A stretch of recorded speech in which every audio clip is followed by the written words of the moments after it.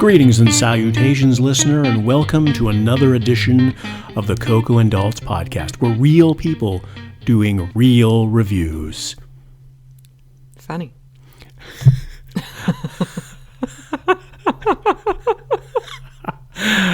I'm not Coco, as you may have guessed. Are we still going to roll or are we going to redo that? No, let's keep going. Okay, all right. I'm not Daltz. And in this special edition of the podcast, listener, I mean, they're all special, really. They are. But in this episode, which is episode 093 for those counting, and I know, listener, you are counting, we are talking about The Mandalorian Season 2, Episode 1. Coco, can you, with your much adept skill and knowledge of this franchise, please provide us with a summary? All right. So, like Daltz said, it's Season 2, Episode 1, titled Chapter 9, The Marshal. In Season 1, at the very end of Season 1, Mando was tasked with finding Baby Yoda's people and returning him to them. So the Mandalorian finds out that there is allegedly another Mandalorian on Tatooine. Mm-hmm. So he goes to Tatooine, which is always a good time. He finds out that... Have you been to Tatooine? Well, I like saying Tatooine. Oh, okay. So, it's familiar to you. Yeah, exactly. It's nostalgia. All right. So he goes to Tatooine. He's told about allegedly there was maybe a Mandalorian in this old town called Mos Pelego, which is no longer on any maps of Tatooine.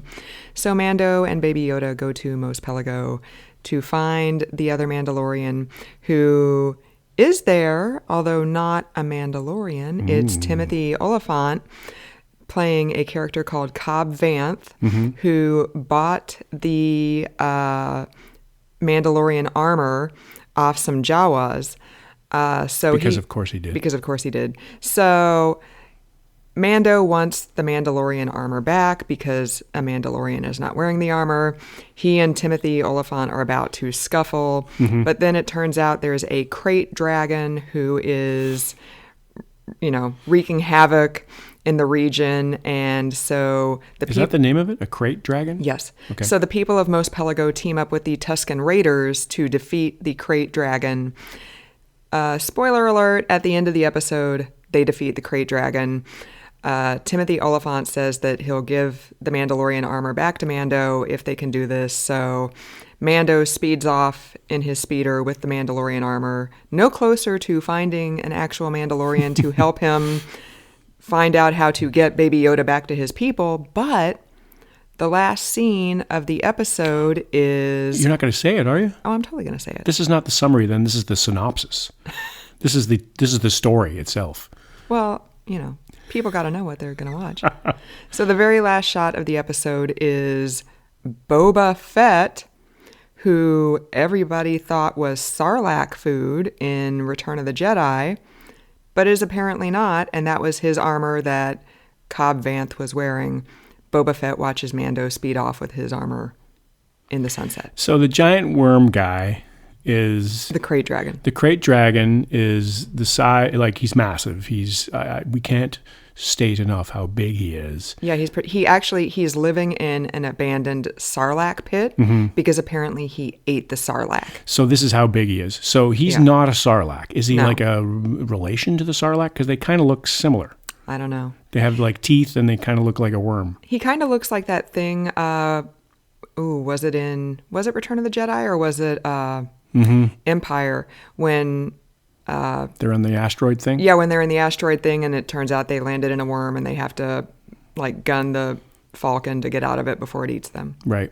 So there's a lot of worm monsters. So is there is there a hate to, is there an association of worm lovers that is protesting the Star Wars franchise? Because they got some worm hate going on. There's a lot of crazy stuff going down in the Outer Rim. So yeah. Whoa, not a euphemism. I was going to say, is that not are we a still euphemism. talking about? Are we still talking about Mandalorian? Yeah. So we did have chili last night. So what did you think of Mandalorian Season 2, Episode 1, The Marshal? Well, what did you think? No, I want you to go first this time. Okay. Well, I didn't love it.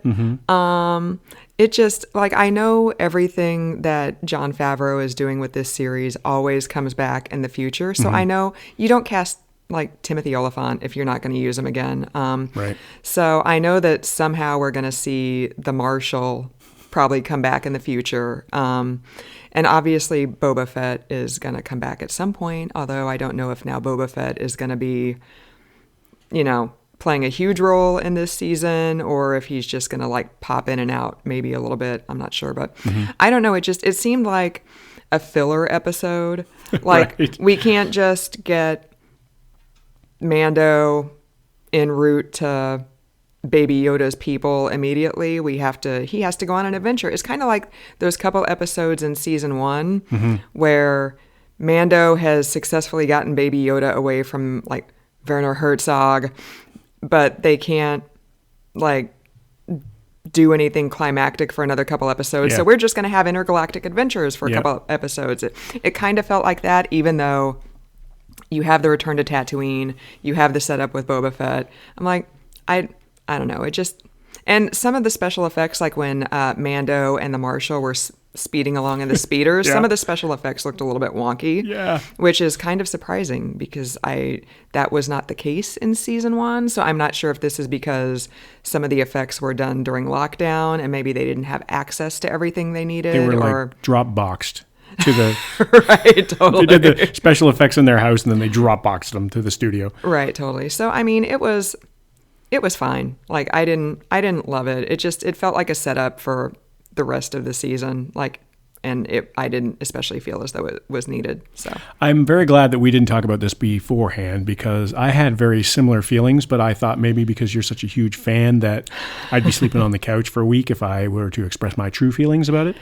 Listener, I'm the reason why we have Disney Plus and we're watching The Mandalorian. Like, Daltz could not give two craps, speaking of the Outer Rim, about The Mandalorian, but I was the one who was like, I'm going to pay for Disney Plus so that we can watch this because I'm a bit of a Star Wars nerd. I completely agreed with your idea there that this felt like a filler, like your assessment that this was a filler, because I had that same feeling and I thought, but this is the first one of the new season. Right. How can it be a filler? Like, it just felt like it was not picking up the mantle from the last season. The last season was really good. Like, I had low expectations going in, as you might have gathered, listener, just because I'm not huge on the Star Wars universe, and it actually entertained me. It was interesting. It was irreverent. I thought directing was really good. The characters compelled me. I like the poking the fun at the Star Wars franchise, like when the stormtroopers were sitting there idly trying to pick off the bottle or whatever it was, and they were missing, like just it was like 5 feet away from them and they couldn't hit it. And it was just typical of, like, well, everybody knows stormtroopers are the worst worst shooters in the universe. So that was really good. And I didn't get any of that in this one. Jon Favreau wrote and directed this particular episode. The last season, they had an all-star cast of directors assisting Favreau. And like you said, Coco, I think there's something coming. He's setting things up. But I thought I was cringing at the acting. I thought Tim Oliphant was terrible. I thought Amy Sedaris was terrible.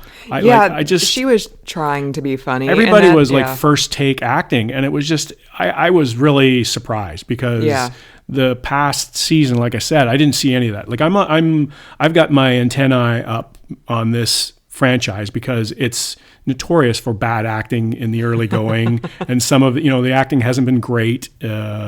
It's sort of made fun of for a lot of the acting in the past. So my antenna is up for that kind of thing, and I didn't notice that in the first season. I wasn't like, oh, that's bad. It just I was more impressed with the story and the scenes and the action and everything like that. The acting didn't distract me. The acting totally distracted me from this, from enjoying this. And you hit the nail on the head with the special effects. There was one scene where they were on those motorbikey things, and it was like it looks like somebody drew that. Like it right, totally. It looked like somebody forgot to put a layer on top. Where they do the layers of the it's like looks like they missed a layer of coloring or something like that. And it just didn't. It left me a little bit worried about the rest of the season, because I was like, is this the first episode of the new season? What's the rest of the season going to be like? I mean, I understand we're in challenging times here and it's hard to make good stuff with the conditions we're in, but at the same time, it's still Disney. Yeah, this felt like it should have been in an 8-episode season, like episode 4 or 5 or 6, not episode 1. Yeah.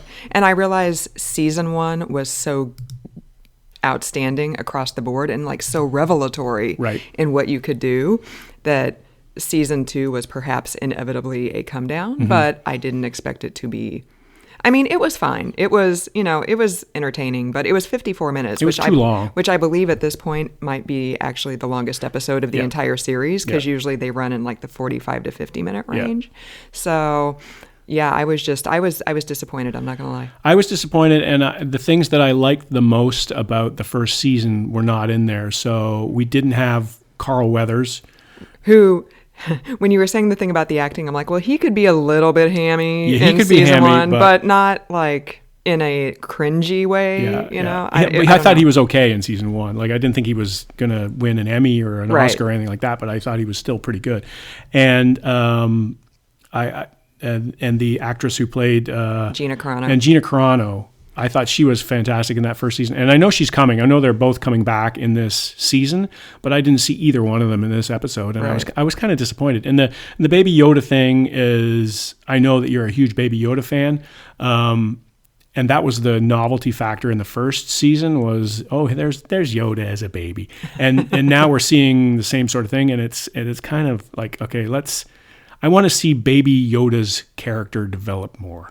I wanted to see Baby Yoda vanquish the Krayt Dragon. I'm like, right. You got Baby Yoda. Right. You know what he can do. Like, why don't you just be like, hey, child.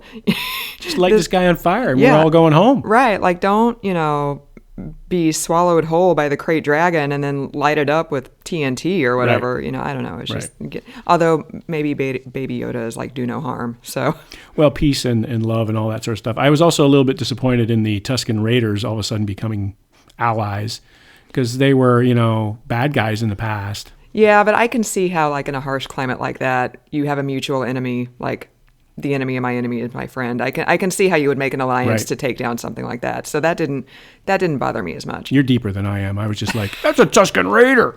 You know what they've done? And I don't even know. I mean, I just have that one image of the Tusken Raider with his fork, whatever that thing was. The staff hanging. The staff thing, like it was like a pitchfork kind of thing, and he was waving it over his head. And there's the scene in the original Star Wars, and they run the same scene over. So he's like, they run it forward and then they run it backward. That's what he's doing, right? In that one scene is they go, and I was like, I don't want that. I don't want him to be a good guy. But and some of them get gobbled up by the massive crate worm guy. But I don't know. I think it was too long. I think it was poorly acted, and I didn't enjoy it at all. Compared to the last season. If this had been the first one I had seen, I probably would not watch The Mandalorian. Wow.